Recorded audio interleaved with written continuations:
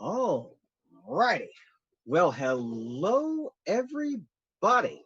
Welcome one and welcome all to the one and the only Junk Shop Library channel, being remote produced today by the one and the only bit of tea and Danish.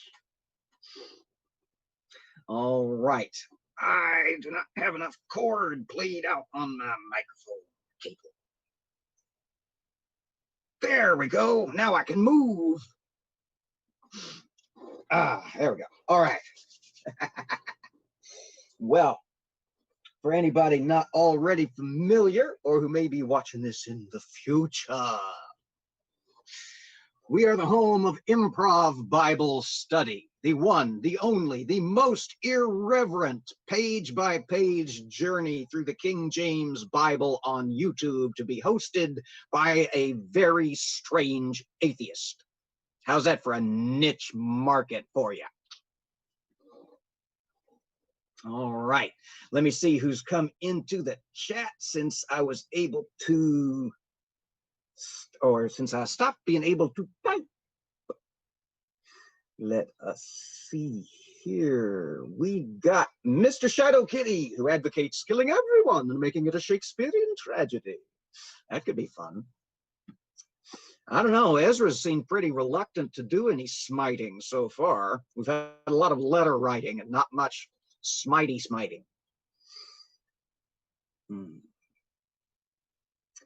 Let's see. Godless Granny wonders if our Christian will come today.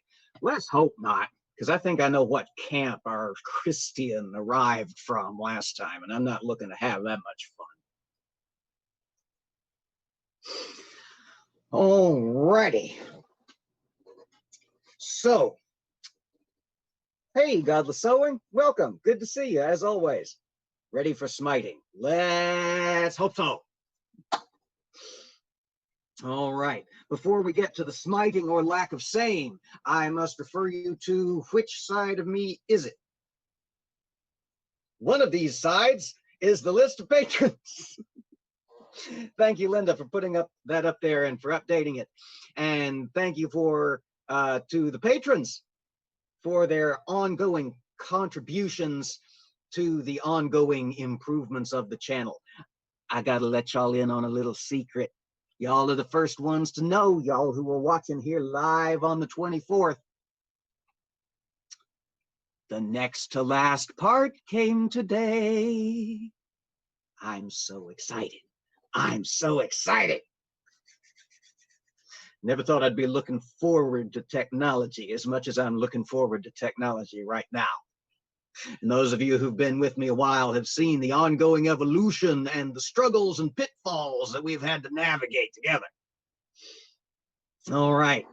Those patrons, in no particular order, because I sent them in the wrong order to Linda. Blame Junk Shop. Hashtag blame Junk Shop.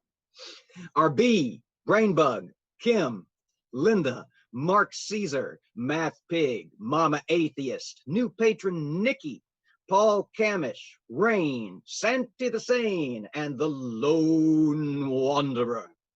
Thank you all so much for your support. It really does mean the world. All righty. What are we doing today? We are jumping. Hey, Mega Nuts, thank you.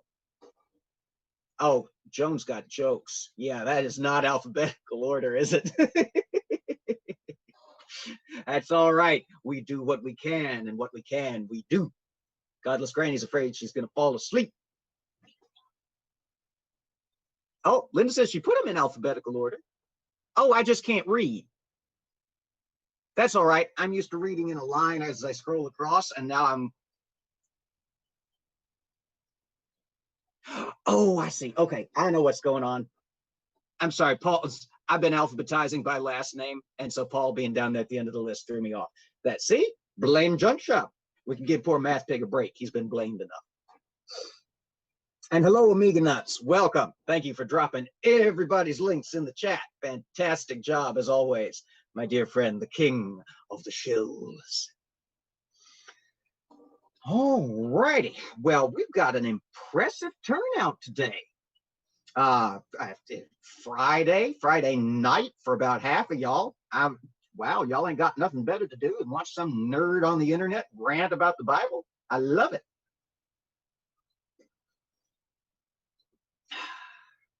It's just coffee.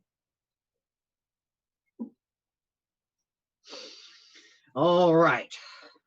Book of Ezra. I think that's my announcements. Hey, nerdy rodent, welcome. I'm hoping it doesn't survive.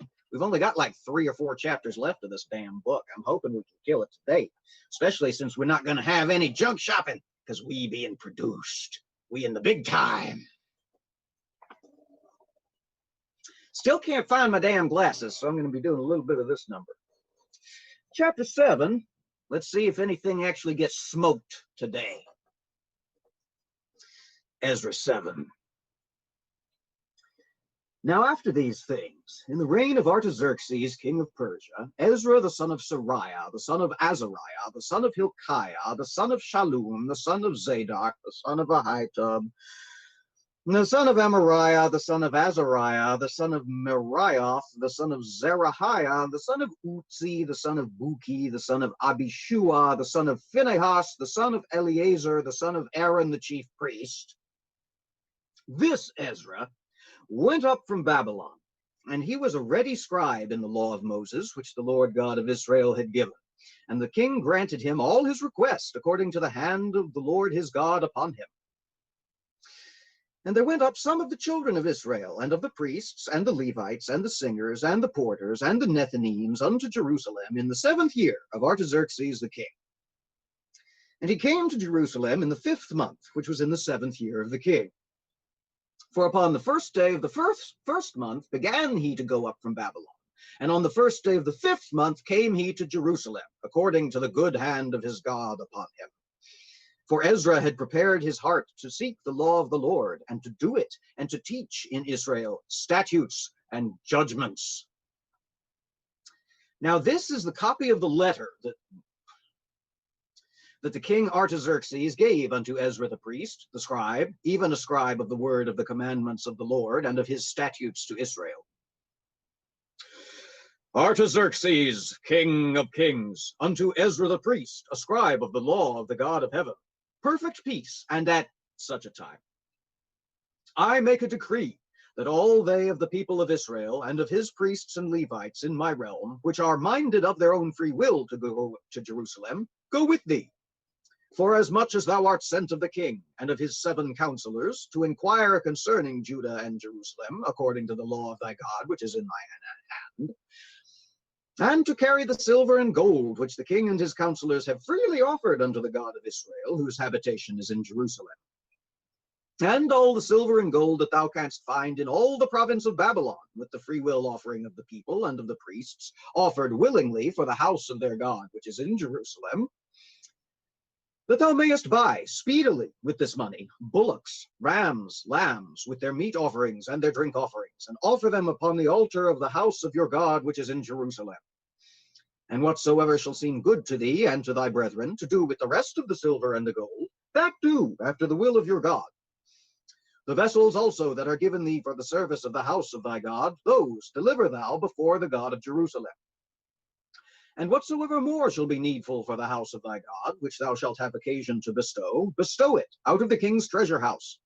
And I, even I, Artaxerxes the king, do make a decree that all the treasurers which are beyond the river, that whatsoever Ezra the priest, the scribe of the law of the God of heaven, shall require of you, it will be done speedily. Unto 100 talents of silver, and to 100 measures of wheat, and to 100 baths of wine, and to 100 baths of oil, and salt without prescribing how much. Whatsoever is commanded by the God of heaven, let it be diligently done for the house of the God of heaven. For why should there be wrath against the realm of the king and his sons? Also, we certify you, that touching any of the priests and Levites, singers, porters, Nethinims, or ministers of this house of God, it shall not be lawful to impose toil, tribute, or custom upon them. And thou, Ezra, after the wisdom of thy God that is in thine hand, set magistrates and judges, which may judge all the people that are beyond the river, all such as know the laws of thy God. and teach ye them that know them not. And whosoever will not do the law of thy God and the law of the king, let judgment be executed speedily upon him. Death, or to banishment, or to confiscation of goods, or to imprisonment. Blessed be the Lord God of our fathers, which hath put such a thing as this in the king's heart, to beautify the house of the Lord which is in Jerusalem, and hath extended mercy unto me before the king and his counselors, and before all the king's mighty princes. And I was strengthened as the hand of the Lord my God was upon me, and I gathered up out of Israel chief men to go up with me. And that's chapter 7.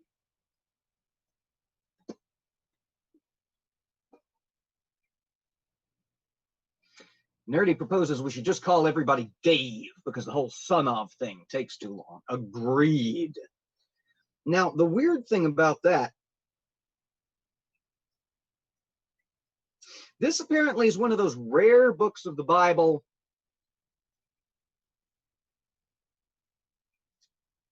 where we actually have a name, an internally named author. Lone Wanderer says her mind is now casting doubt on my certainty and professions to it's just coffee in my cup. It is. It is. You can't really see it, and I don't dare tip it any further because it's right full and I don't want to spill it. It's precious, precious coffee.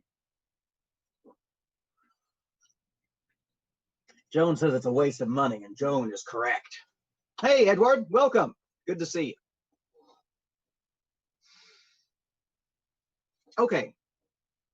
So yeah, Mr. Ezra lays out here his entire genealogy going back to Aaron, the brother of Moses. Hey, Mama Atheist, welcome. Good to see you. Are you uncaffeinated? How can you still be uncaffeinated this time of day?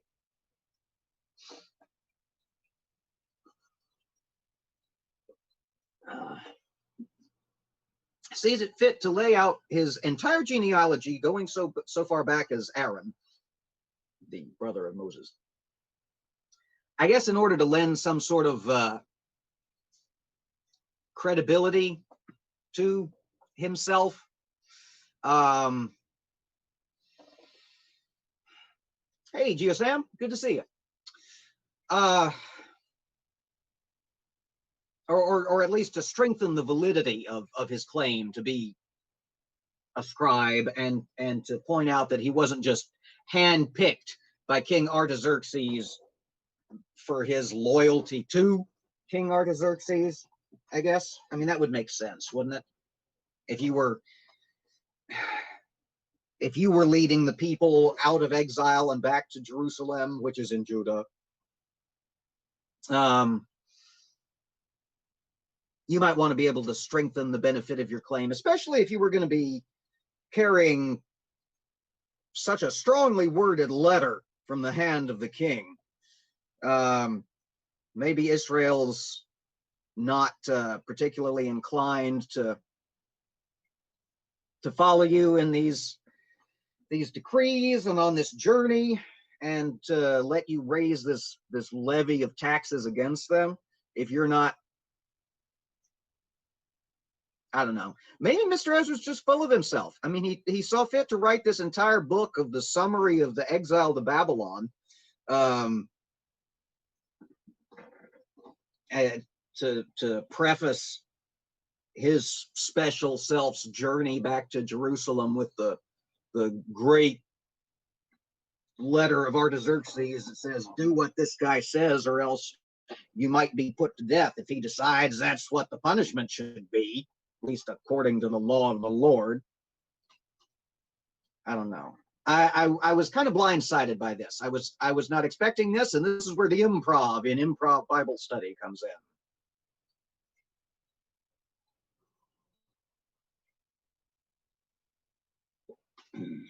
in. Yeah, I mean, look, we've been going at this for caffeine free since 2018. Wow. Okay, well, congratulations. I can't even imagine. But good on you. Joan points out that most prophets and judges are a bit full of themselves, aren't they? Yeah.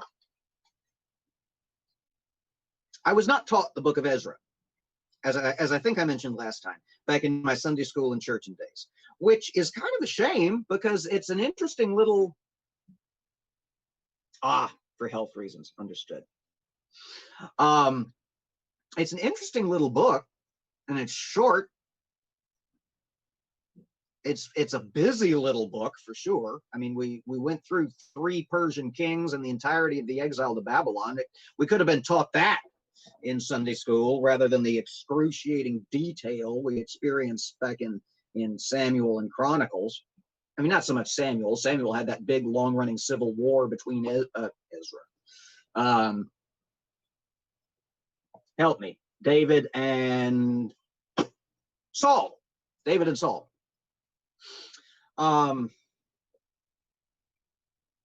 But oh my God. And yeah, no, I may never be ready to stop belly aching and moaning about Chronicles. We may be into Nehemiah before I stop belly. Ezra, Nehemiah, Esther, Job, Psalms, no, Nehemiah is the very next book, so I know I'm not going to stop before that. What was I saying? Oh yes, we've been going through this for 1.5 years now, and we're nearing in on halfway through. Not halfway through yet. Hey, Druid lover, welcome. No, we're not going to start over. Good to see you, my friend. And this is, anyway, we've been going at this for 18 months and change, and this is the first time we've had a named authored book. You know, internally. We had, you know, the books of Moses, which nowhere in them say they were written by Moses. But this is the first time that we've had a book that said, a book where part of it actually was written in the first person. I, Ezra, did thus and such. Which actually, you know, justifies naming it after a person.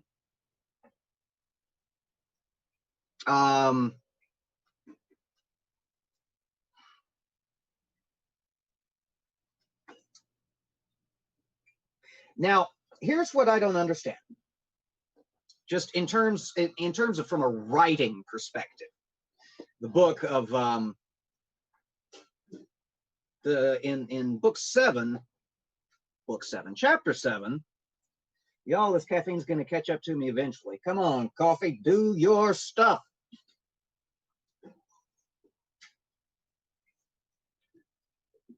I mean, in chapter 7, they head back to Jerusalem. Ezra himself and the priests and the Levites and the Nethinims, whatever the fuck is a Nethinim, I don't know. Joan may know. Ricardo would if Ricardo was here, but Ricardo ain't here today.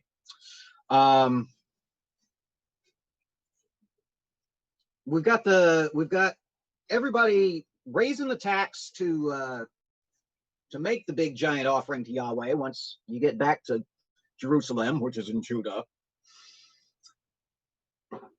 But for some reason, it comes after chapter 6, when we had the big giant burnt offering and the reinstitution of the Passover, and no mention of fucking Ezra. It's not well crafted, this book of Ezra. It was doing all right when it was just the history of the vendetta against the remaining people of Israel in and around Jerusalem, which is in Judah, and going up through the rebuilding of the temple. It was at least in chronological order. And now we just jump backwards a little ways, and I don't know. I can't make it make sense, y'all. I can't make it make sense. Is it supposed to? Should I even be trying to make it make sense? Hey, Spooky Bit Hair. Hello, my friend. Welcome. Friday is apparently a good day for this. We got a lot of folks here on Friday. I would not have thunk it. Julie LaVoice is in the house. Literally.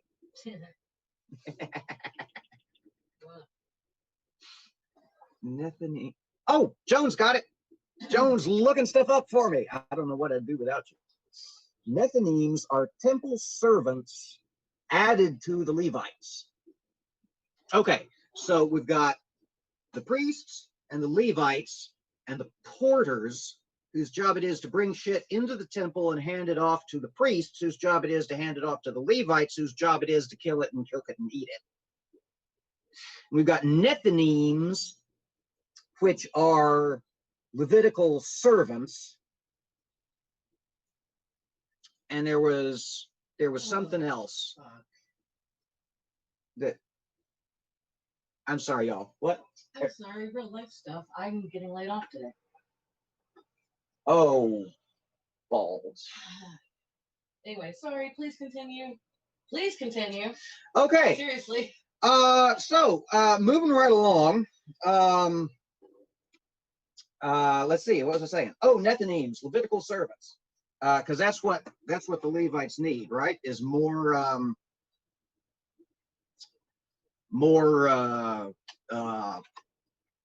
words of my life. More people. See, it wasn't even that fucking hard. More people beholden to them is what the Levites need, in addition to the whole fucking group of Israel.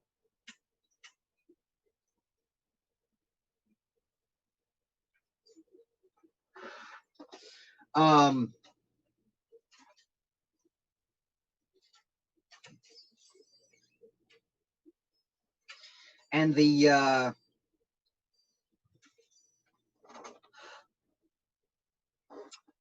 so much is making them unclean, so now they need servants. Yeah. Well, I mean, that is an interesting point, because we've gone back to the establishment of the idea of ritual uncleanness after having suspended that for a while. Because if you remember back a little ways ago, I don't remember if it was in Ezra or if it was back in Chronicles, but there was the decree that went out that said people could celebrate, was it the Passover? Yes, it was the Passover. People could celebrate the Passover even if they were ritually unclean, because it was acknowledged that they were had been carried away captive into a foreign land and could no longer really ritually stay clean because they were surrounded by unclean shit all the fucking time.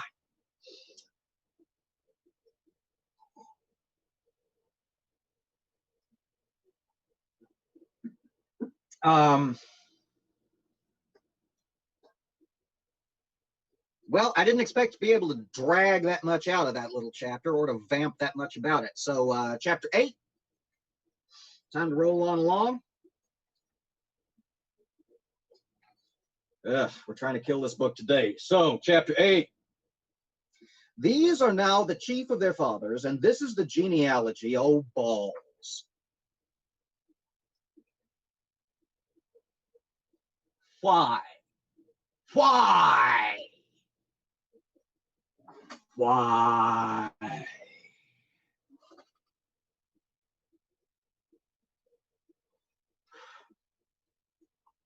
Okay, we got to do it. Got to do it. I said I was going to say, said I was going to do every verse, and I've done every verse so far. We're on page 229 out of 546, sweet Jesus. Okay, here we go. These are now the chief of their fathers, and this is the genealogy of them that went up with me from Babylon in the reign of Artaxerxes the king. Of the sons of Phinehas, Gershom. Of the sons of Ithamar, Daniel. Of the sons of David, Hattush. Of the sons of Shechaniah, of the sons of Parosh, Zechariah. And with him were reckoned by genealogy of the males 150. Of the sons of Pahath Moab, Elihoenai, the son of Zerahiah, and with him 200 males. Of the sons of Shechaniah, the son of Jahaziel, with him 300 males. Of the sons also of Adin, Ebed the son of Jonathan, and with him 50 males. And of the sons of Elam, Jeshiah the son of Athaliah, and with him 70 males. And of the sons of Shephatiah, Zebediah the son of Michael, and with him 80 males. Of the sons of Joab, Obadiah the son of Jehiel, and with him 218 males. And of the sons of Shelomith the son of Josephiah, and with him 160 males. And of the sons of Bebai, Zechariah the son of Bebai, and with him 28 males. And of the sons of Azgad, Johanan the son of Hakatan, and with him 110 males. And of the last sons of Adonikam, whose names were these, Eliphalet, Jeiel, and Shemaiah, and with them 80 males. Of the sons also of Bigvai, Uthai, and Zabud, and with them 70 males. And I gathered them together to the river that runneth to Ahava, and there abode we in tents 3 days. And I viewed the people and the priests, and found there none of the sons of Levi. Then sent I for Eleazar, for Ariel, for Shemaiah, and for Elnathan, and for Jarib, and for Elnathan, and for Nathan, and for Zechariah, and for Meshullam, chief men, also for Joiarib, and for Elnathan, men of understanding. And I sent them with commandment unto Edo, the chief, at the place Casiphia. And I told them what they should say unto Edo, and to his brethren the Nethinims at the place Casiphia, that they should bring unto us ministers for the house of our God. And by the good hand of our God upon us, they brought us a man of understanding, of the sons of Mahli, the son of Levi, the son of Israel. And Sherebiah with his sons and his brethren, 18. And Hashabiah, and with him Jeshiah of the sons of Merari, his brethren and their sons, 20. And also of the Nethinims, whom David and the princes had appointed for the service of the Levites, 220 Nethinims, all of them were expressed by name. Then I proclaimed a fast there at the river of Ahava, that we might afflict ourselves before our God, to seek of him a right way for us, and for our little ones, and for all our substance. For I was ashamed to require of the king a band of soldiers and horsemen to help us against the enemy in the way, because we had spoken unto the king, saying, the hand of our God is upon all them for good that seek him, but his power and his wrath is against all them that forsake him. So we fasted and besought our God for this, and he was entreated of us. Then I separated 12 of the chief of the priests, Sherebiah, Hashabiah, and 10 of their brethren with them, and weighed unto them the silver and the gold and the vessels, even the offering of the house of our God, which the king and his counselors and his lords and all Israel there present had offered. I even weighed into their hands 650 talents of silver, and silver vessels 100 talents, and of gold 100 talents. Also 20 basins of gold of 1,000 drachms, and 2 vessels of fine copper, precious as gold. And I said unto them, Ye are holy unto the Lord. The vessels are holy also, and the silver and the gold are a free will offering unto the Lord God of your fathers. Watch ye, and keep them, until ye weigh them before the chief of the priests and the Levites, and the chief of the fathers of Israel at Jerusalem, in the chambers of the house of the Lord. So took the priests and the Levites the weight of the silver and the gold and the vessels, to bring them to Jerusalem unto the house of our God. Then we departed from the river of Ahava on the 12th day of the first month, to go unto Jerusalem. And the hand of our God was upon us, and he delivered us from the hand of the enemy, and of such that lay in wait by the way. And we came to Jerusalem, and abode there 3 days. Now on the 4th day was the silver and the gold and the vessels weighed in the house of our God by the hand of Meremoth the son of Uriah the priest. And with him was Eleazar the son of Phinehas. And with them was Jozabad the son of Jeshua, and Noadiah the son of Binnui, Levites, by number and by weight of every one, and all the weight was written at that time. Also the children of those that had been carried away, which were come out of the captivity, offered burnt offerings unto the God of Israel, 12 bullocks for all Israel, 96 rams, 77 lambs, 12 he-goats for a sin offering. All this was a burnt offering unto the Lord. And they delivered the king's commissions unto the king's lieutenants, and to the governors on this side the river, and they furthered the people and the house of God. And that's chapter 8.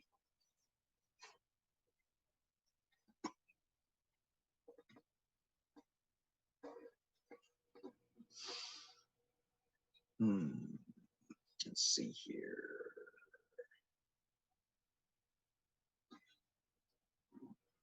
Yeah, spooky bed here. We got to be getting to that begetting. Let's see.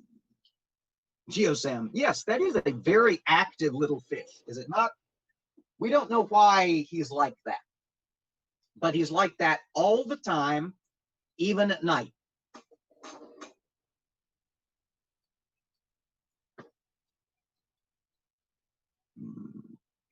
Oh, yeah. Poor Joan. Here, Joan was thinking that all the genealogies were done as well as the numbers. Nope. Always and always must there be a genealogy. Hey, Ricardo, you sneaky person coming in and missing the begats. Who told you that we were done with the begats? Who's leaking the schedule?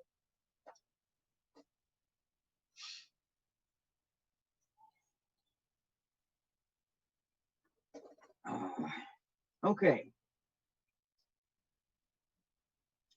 So,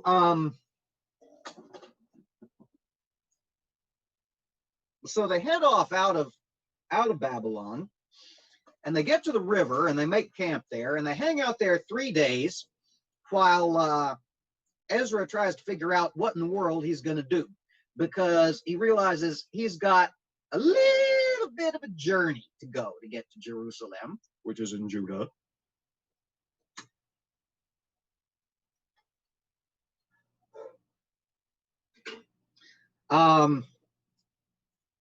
And before they left, they told King Artaxerxes, King of Kings, hey, Stool, welcome. Told King Artaxerxes, King of Kings, that they didn't need an armed escort because God was going to take care of them. And they got to the river and realized that they just turned down an armed escort. And not only did they not have any priests to call upon God for help, but they didn't have any mighty men of valor.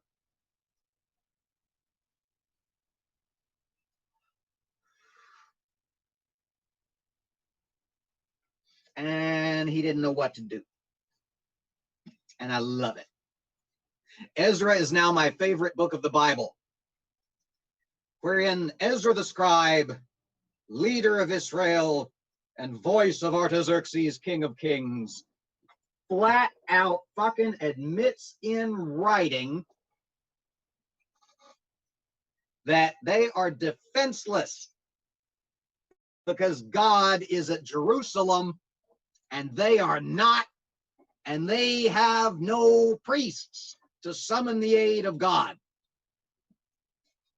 It's blatant. It's right there. It's laid out in black and white.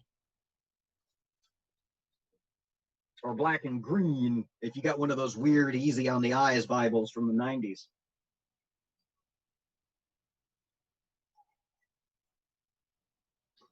So, yeah.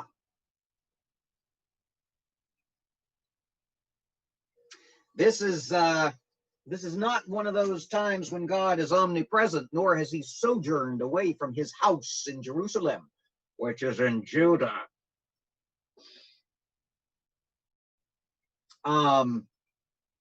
He's sitting pretty, sitting on his cherubims in the temple, which may or may not be newly finished, because the chronology's all fucked up now, and we don't know and can't tell, at least as far as I can figure out, whether or not we're in what has the temple been rebuilt in chapter 8? Because it was rebuilt back in like chapter 5, but that was after the people got back there with all of the Babylonian loot that Artaxerxes, King of Kings, gave to them to take back to Jerusalem, which is in Judah. Joan says, didn't Ezra himself have contact with God? Let's see. There was something about that, wasn't there?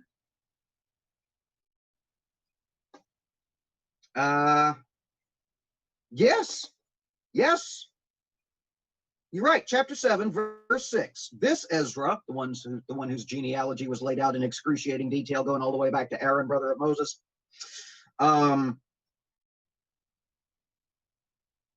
He went to the king, and the king granted him all his requests according to the hand of the Lord his God upon him.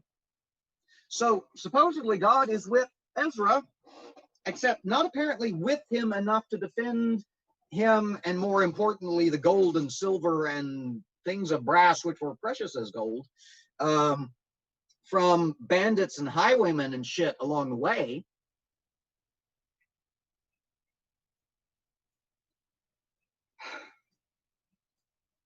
I said it in the last chapter, and I'll say it again. This particular book, this book of Ezra, is not well constructed just from a writing standpoint. I mean, just the construction of it is bad. Because call me old-fashioned, but I think you ought to be able to read a book and tell what happened before what. But this reads, you know, most of the time. I'm a Burroughs fan, so I can't die too hard on that hill.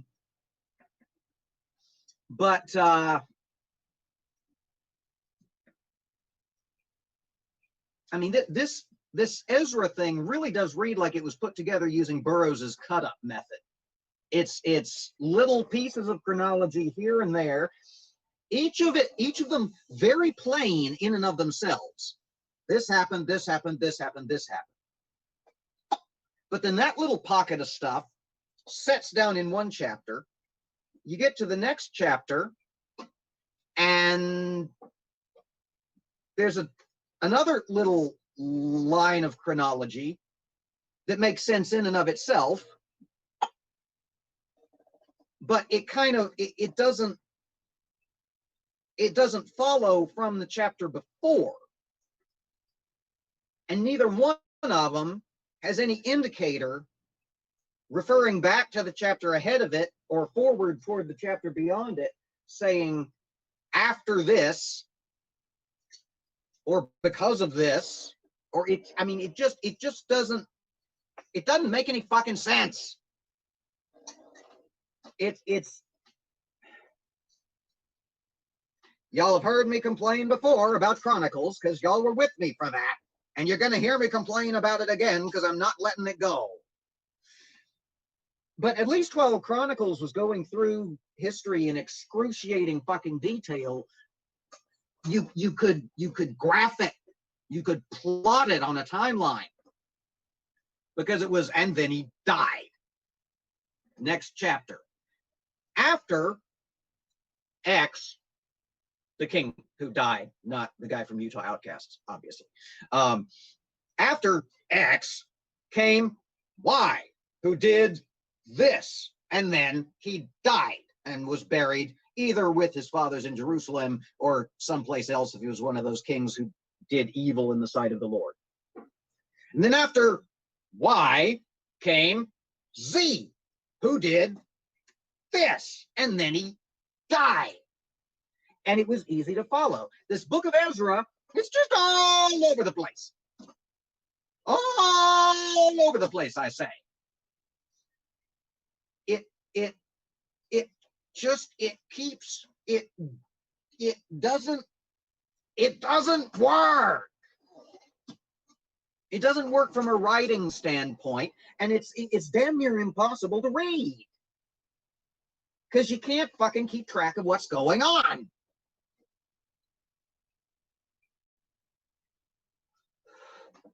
Brainbug thinks he's getting somewhere by flattery. Thank you, my friend.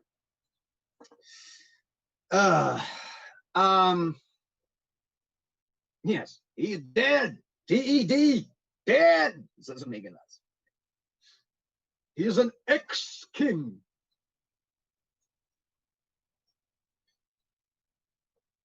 All right.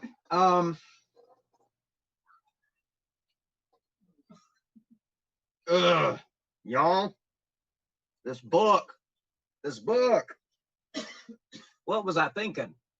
What was I thinking 18 months ago when I said I was going to read every verse of this? I must have been out my mind, even more so than usual. I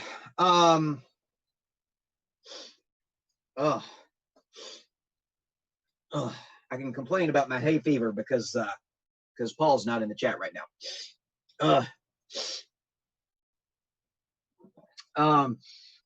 That was a callback. That's what we call in the trade. A callback is what that was.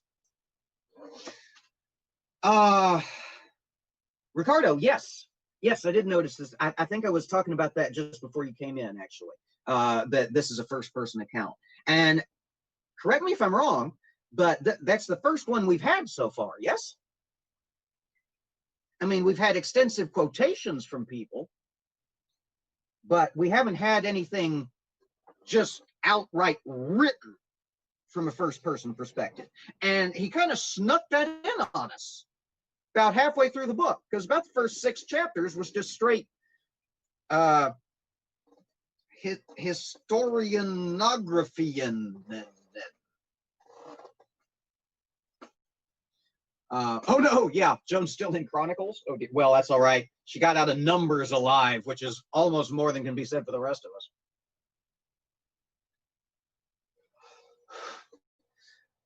Okay. Yeah, first one that we've had from a first-person perspective. A little full of himself, but from a first-person perspective nonetheless. And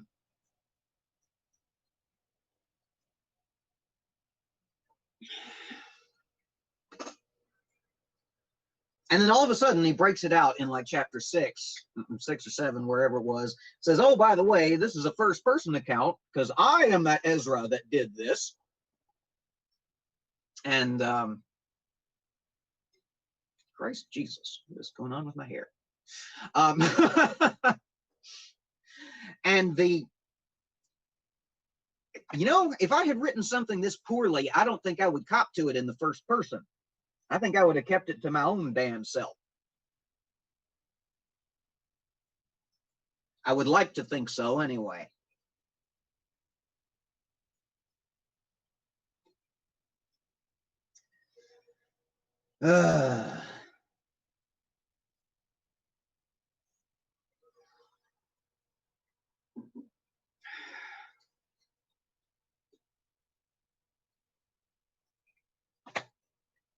Okay, so bad chronology, makes no sense, poorly written. Thus saith the Lord. Before I was rampaging about that, what was I rampaging about? Oh, the fact that that Israel is helpless without God, who is in Jerusalem, which is in Judah.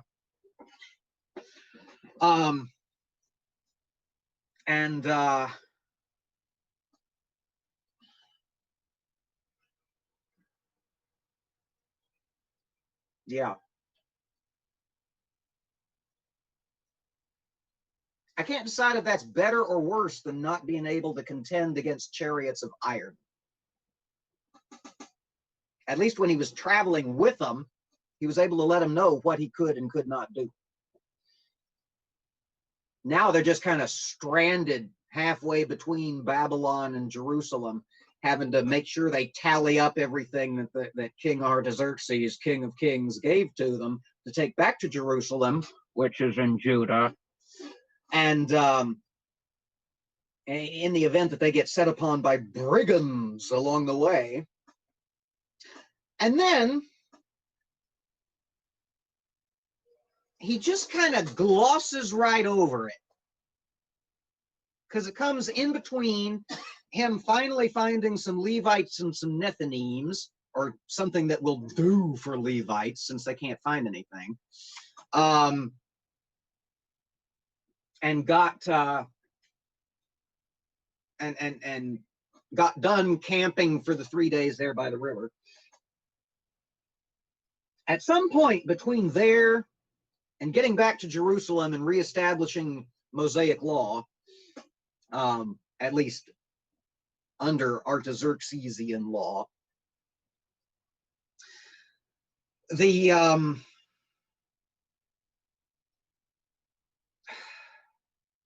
at some point during that little journey, they did get set upon by brigands, and the Lord delivered them.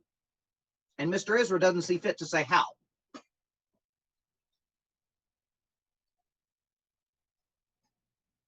Not even a little bit, not a hint, not a light, not a glimmer, in the immortal words of Archie Goodwin. And now we're back in Jerusalem. Again. Because Mr. Ezra seems absolutely hell fucking bent on telling every single thing that happened, both in Babylon and in Jerusalem, during the course of the transfer of people back from Babylon to Jerusalem. He's just going to be absolutely goddamned if he does it in proper chronological order.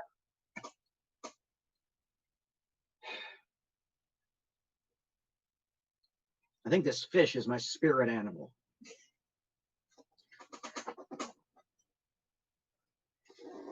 Just seeing it there over my shoulder. That was not a reference that we're supposed to make because it's rude and a little bit racist. I'm sorry. Okay. I think even the First Nations people would be first time with that. Thank you, my love. Okay. Chapter 9. Let's see what happens next, as if there was a next. Why did I say what happens next? This is the book of Ezra, where nothing happens next. It's just written down for no discernible fucking reason. Now,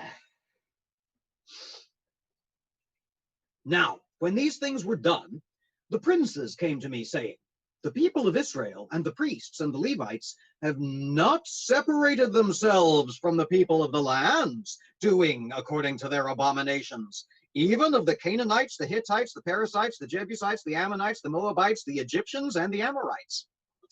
For they have taken of their daughters for themselves and for their sons, so that the holy seed have mingled themselves with the people of those lands. Yea, the hand of the princes and rulers hath been chief in this trespass. And when I heard this thing, I rent my garment and my mantle, and plucked off the hair of my head and of my beard, and sat down astonied. Then were assembled unto me every one that trembled at the words of the God of Israel, because of the transgression of those that had been carried away. And I sat astonied until the evening sacrifice. And at the evening sacrifice I arose up from my heaviness, and having rent my garment and my mantle, I fell upon my knees, and spread out my hands unto the Lord my God, and said, O my God, I am ashamed, and blush to lift up my face to thee, my God, for our iniquities are increased over our head, and our trespasses grown up unto the heavens.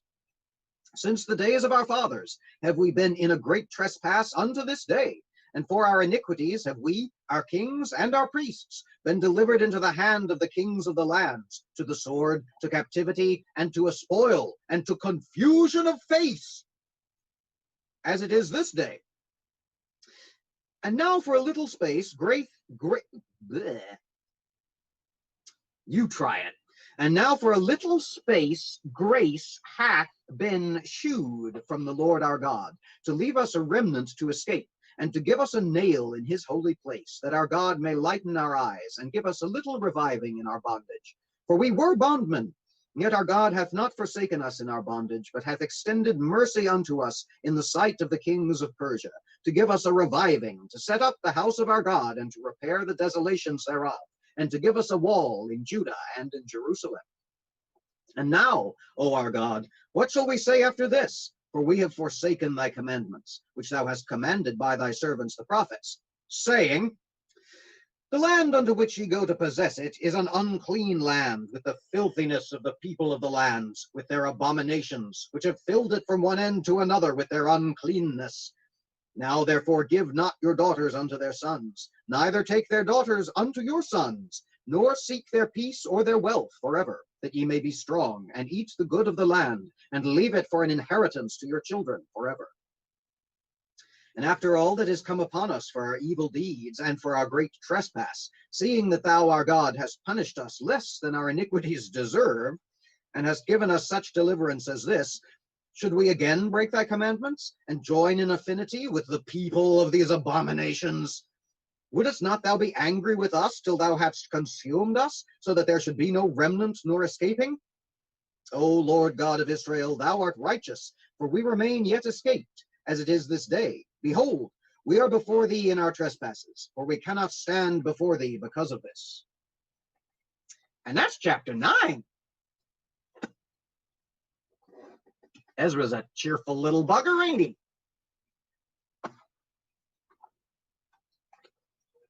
Okay. So,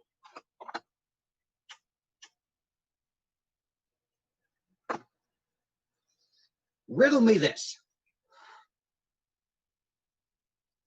Back in the days before the exile to Babylon, lo, these many moons ago,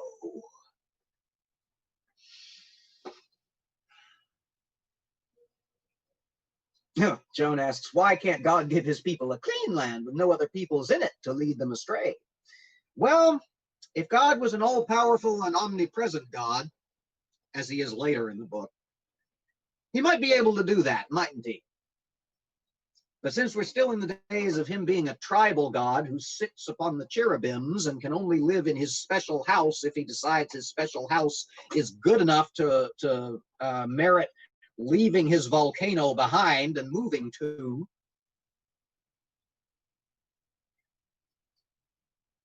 or as Godless Granny much more succinctly puts it, because God is geographically challenged, where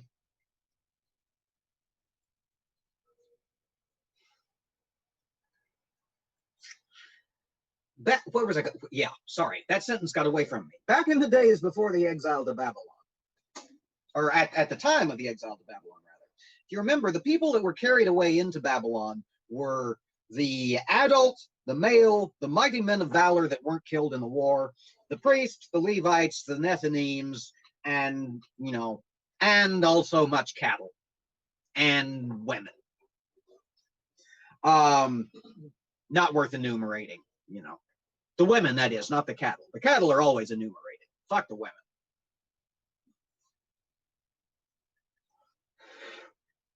Ricardo, if you got a fun fact, go ahead and drop it. That's awesome.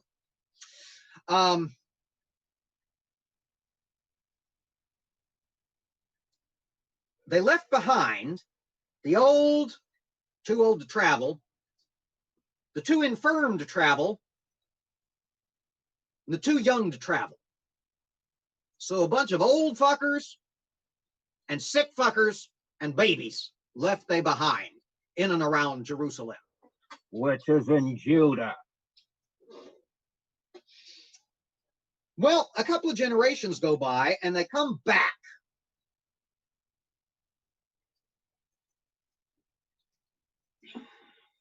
Or their descendants come back, rather, apparently under the command of Mr. Special Ezra. And they look around and they find that all these babies they left behind have grown up and interbred with the people around them. And they report this to Mr. Special Ezra. And Ezra is shocked. Shocked, I say. Shocked and surprised. And he goes to panic mode. Like this. Goes into full-blown fish mode. And tears his garments. And pulls out his beard. And sits on the ground. Until nightfall. And then he goes up and sits astonied with the priests. And then he prays the wrong way. Because the way to pray back in the day was to entreat toward whatever or wherever was the whatever you were worshiping. But he bows his face to the ground. Says, I'm scared to look up. I'm all astonied. I thought at first it was a typo in my Bible, that it was supposed to say astonished, but it says astonied twice.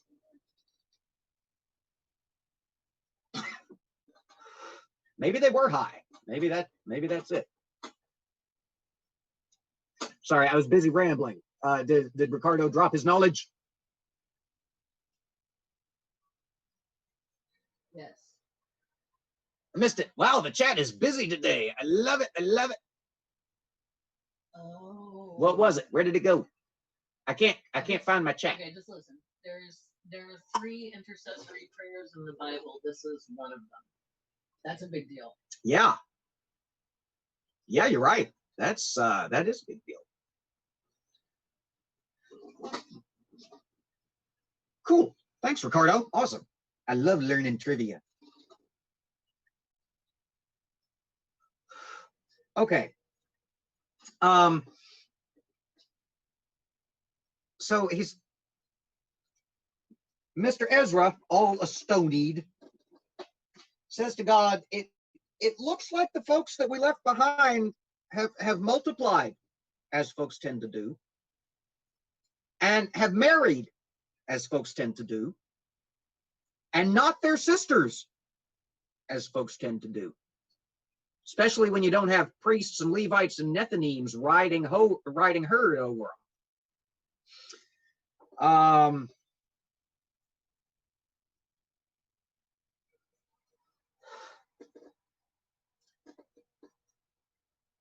And he doesn't know what to do because he's afraid they'll get all smoked. Smoked, I say, does he fear getting?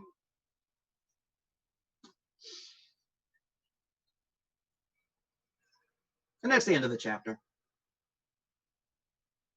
Which means that in chapter 10, the final chapter of Ezra,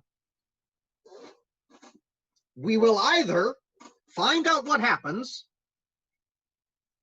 or teleport away to the other end of the known universe and go generations apart and tell an entirely different story for no discernible reason. Because that's how the book of Ezra works. We found out.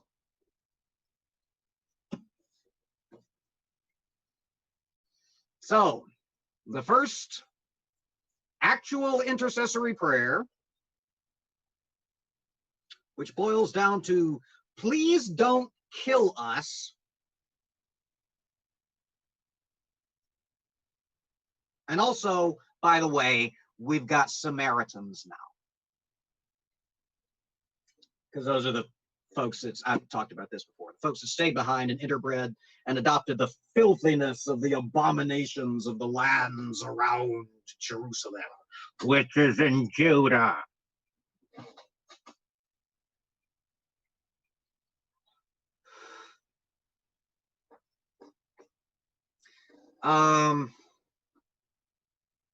All right, who cares to place a bet?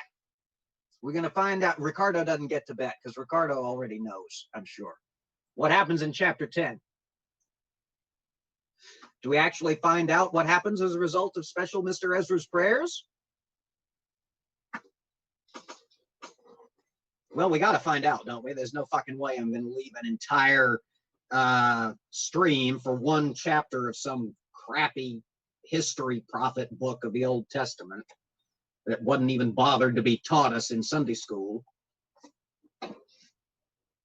Chapter 10.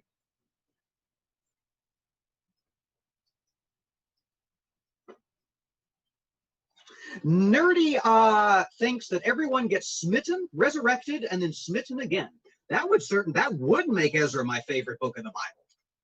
That would be awesome. Spooky Vet here thinks maybe the aliens arrived. Make as much sense as any other damn thing that's happened so far in this book. 10. Now, when Ezra had prayed, oh, chronology, be still my beating heart. Now, when Ezra had prayed, and when he had confessed, weeping and casting himself down before the house of God, there assembled unto him out of Israel a very great congregation of men and women and children, for the people wept very sore. And Shechaniah, the son of Jehiel, one of the sons of Elam, answered and said unto Ezra, We have trespassed against our God, and have taken strange wives of the people of the land. Yet now there is hope in Israel concerning this thing. Now, therefore, let us make a covenant with our God to put away all the wives and such as are born of them, according to the counsel of my Lord, and of those that tremble at the commandment of our God, and let it be done according to the law. Arise, for this matter belongeth unto thee. We also will be with thee. Be of good courage, and do it. Then arose Ezra, and made the chief priests, the Levites, and all Israel to swear that they should do according to this word. And they swear. Then Ezra rose up from before the house of God, and went into the chamber of Johanan the son of Eliashib. And when he came thither, he did eat no bread, nor drink water, for he mourned because of the transgression of them that had been carried away. And they made proclamation throughout Judah and Jerusalem unto all the children of the captivity, that they should gather themselves together unto Jerusalem. And that whosoever would not come within 3 days, according to the counsel of the princes and the elders, all his substance should be forfeited, and himself separated from the congregation of those that had been carried away. Then all the men of Judah and Benjamin gathered themselves together unto Jerusalem within 3 days. It was the 9th month, on the 20th day of the month, and all the people sat in the street of the house of God, trembling because of this matter, and for the great rain. And Ezra the priest stood up and said unto them, Ye have transgressed, and have taken strange wives to increase the trespass of Israel. Now therefore make confession unto the Lord God of your fathers, and do his pleasure, and separate yourselves from the people of the land, and from the strange wives. Then all the congregation answered and said with a loud voice, As thou hast said, so must we do. But the people are many, and it is a time of much rain, and we are not able to stand without. Neither is this a work of 1 day or 2, for we are many that have transgressed in this thing. Let now our rulers of all the congregation stand, and let all them which have taken strange wives in our cities come at appointed times, and with them the elders of every city and the judges thereof, until the fierce wrath of our God for this matter be turned from us. Only Jonathan the son of Asahel and Jahaziah the son of Tikvah were employed about this matter, and Meshullam and Shabbathai the Levite helped them. And the children of the captivity did so. And Ezra the priest, with certain chief of the fathers, after the house of their fathers, and all of them by their names, were separated, and sat down in the 1st day of the 10th month to examine the matter. And they made an end with all the men that had taken strange wives by the 1st day of the 1st month. And among the sons of the priests there were found that had taken strange wives, namely, of the sons of Jeshua the son of Jozadak and his brethren, Maaseiah and Eleazar and Jarib and Gedaliah. And they gave their hands that would put away their wives, and being guilty, they offered a ram of the flock for their trespass. And of the sons of Immer, Hanani and Zebediah. And of the sons of Harim, Maaseiah and Elijah, Shemaiah and Jehiel and Uzziah. And of the sons of Pashur, Elionai, Maaseiah, Ishmael, Nethaniel, Jozabad, and Elasa. Also of the Levites, Jozabad and Shimei and Keliah, the same is Kelita, Pethahiah, Judah, and Eleazar. Of the singers also, Eliashib, and of the porters, Shallum, and Telem, and Uri. Moreover, of Israel, of the sons of Parosh, Ramiah, and Jeziah, and Malchiah, and Miamin, and Eleazar, and Malchijah, and Benaiah. And of the sons of Elam, Mattaniah, Zechariah, and Jehiel, and Abdi, and Jeremoth, and Eliah. And of the sons of Zatu, Elioenai, Eliashib, Mattaniah, and Jeremoth, and Zabad, and Aziza. Of the sons also of Bebai, Jehohanan, Hananiah, Zebai, and Athlai. And of the sons of Bani, Meshulam, Maluch, and Adiah, Jashub, and Shiel, and Ramoth. And of the sons of Pahath Moab, Adnah, and Chelal, Benaiah, Maaseiah, Mattaniah, Bezaleel, and Binui, and Manasseh. And of the sons of Harim, Eleazar, Ishijah, Malchiah, Shemaiah, Shimeon, Benjamin, Maluch, and Shemariah. Of the sons of Hashum, Mattanai, Mattatha, Zabad, Eliphalet, Jeremiah, Manasseh, and Shimel. Of the sons of Bani, Maadi, Amram, and Uel, Benaiah, Bediah, Chalu, Venaiah, Meremoth, Eliashib, Mattaniah, Mattanai, and Jaasu, and Bani, and Binui, Shemel, and Shelemiah, and Nathan, and Adiah, Machnadabai, Shashai, Sharai, Azareel, and Shelemiah, Shemariah, Shalom, Amariah, and Joseph. Of the sons of Nebo, Jeiel, Mattathiah, Zabad, Zabina, Jaddau, and Joel, Benaiah. All these had taken strange wives, and some of them had wives by whom they had children.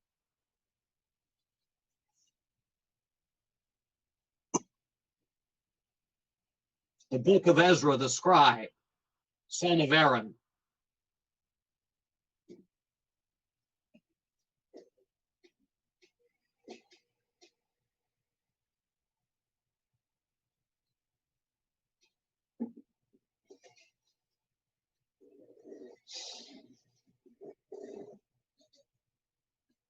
So what does it mean to put aside your strange wives and children? That's what worries me.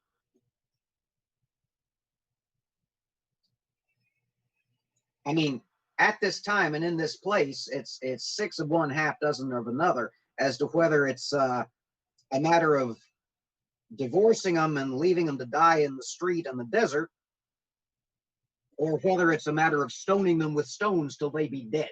It could go either way.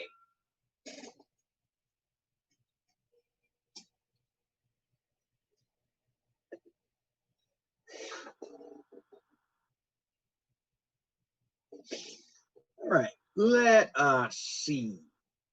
Nerdy Rodent says, if you put aside your strange children, then they just go in the living room while you go off to study something serious. Yeah, that's probably it. That's probably it. Nerdy Rodent says, is Ezra dead now? Who fucking knows? I mean, he didn't write and say, and then I, Ezra, the scribe of God, fell deathly ill. And that's the end of the book. That's just the end of the book. Strange wives being set aside. Put aside. Sorry. Didn't mean to misspeak the word of the Lord.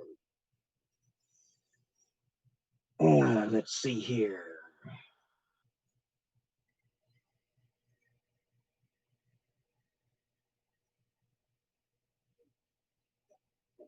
Wow, such a busy chat. I love it. I love it. I do. Let's see.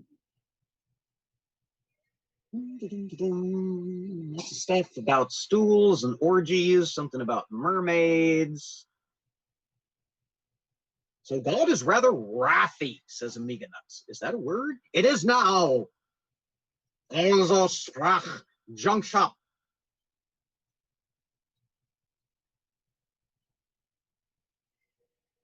Nerdy Rodent, what are these strange wives? Particularly peculiar women? If only it were that simple, right? Strange women leading Israel into sin. Now, my atheist got followed by a sex shop this morning and blames me. Why are we blaming me? Oh, it was that Adam and Eve tweet, wasn't it? Oh well. Linda may be a strange wife, says Brainbug. I would bet money that she is. but in a good way. Let's see. Mom Atheist, free gift for the first 100 followers. I saw that. Yeah, they found me out of nowhere the other day, too. I don't know. I'm not sure. I'm a little nervous.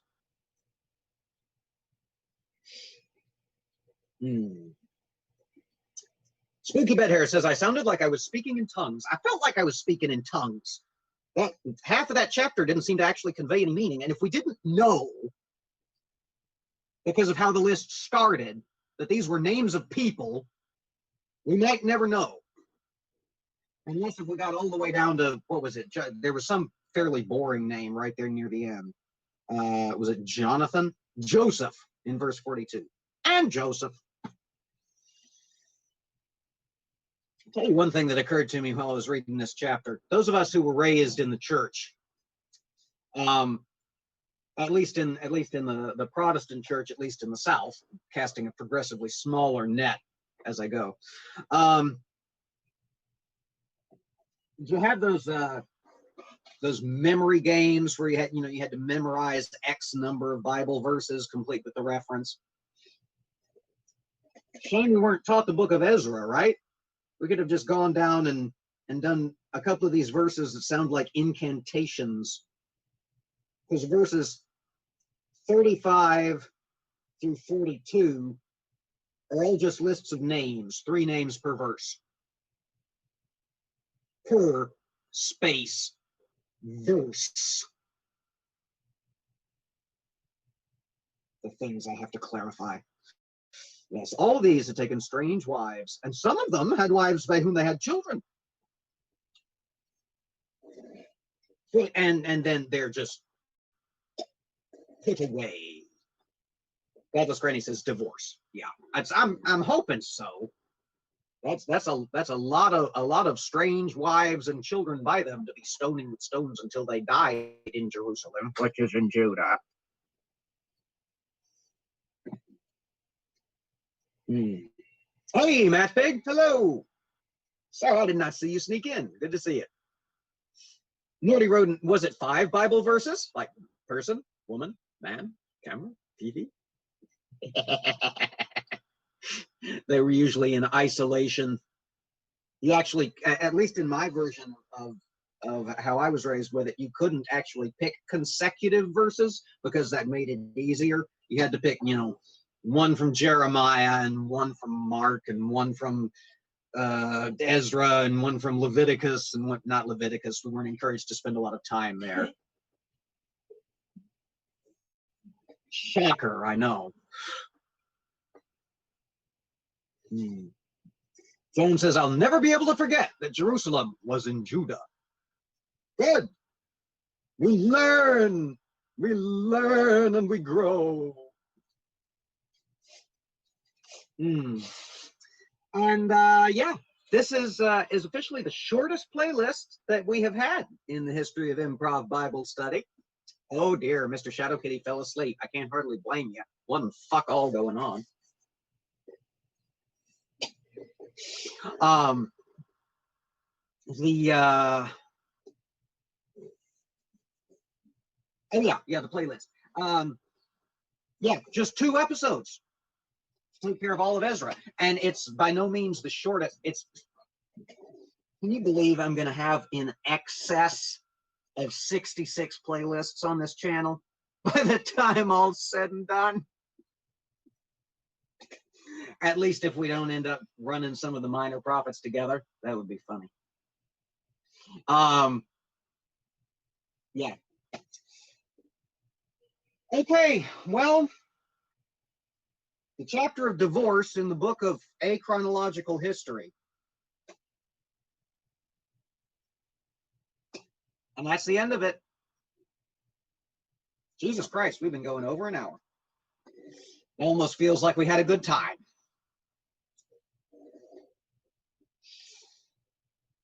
I don't think there's anything else I can blather about in that chapter. So I'll give the chat a second to catch up. And we'll wrap here before just in a couple of minutes. This nerdy rodent says he won a thing. Won a thing? Oh, winner of political satire. Okay, I get it. I'm smart. Okay. Ran out of coffee and out of book just at exactly the same time. Couldn't have timed that any better if I'd tried. All right. Well, thank you all so much for coming. It's been wonderful to see you all. I'm sorry I hadn't been as engaged with the chat as I normally am. Y'all been talking a lot, and I've been lost in my own head blathering. But I hope y'all had a good time. If you did, make sure you hit that thumbs up. If you really did, leave a comment down below. Even if it's just smite. That would be funny, actually. If we had, what did we have, 18 people watching? If we just had 18 comments and only said smite, that would be funny. Hint, hint, nuts, nuts, wink, wink. Nerdy Rodent points out, no junk shopping. Yes! Yes! Yes! Thank you, Linda. Seriously. All right. Well, thank you all again for coming. Thank you all, especially to my patrons, for providing us with the necessaries with which to get the new computer. We're waiting on one more part. One more part. One more part. I'm entirely too excited about this, in case you hadn't noticed. And yes, Math Pig, I did forget about OBS. I did. I confess it. All right. Well, until we gather again, which will be for the bulk of us on Monday. No, Sunday, because don't forget to tune in on Sunday, because I'll be raving about something. And if you don't know what that's about, you need to check out my Twitter. Check my pinned tweet and vote in the poll, because y'all get to decide what I rave about instead of ranting for once. 4 choices. It's tied right now, neck and neck.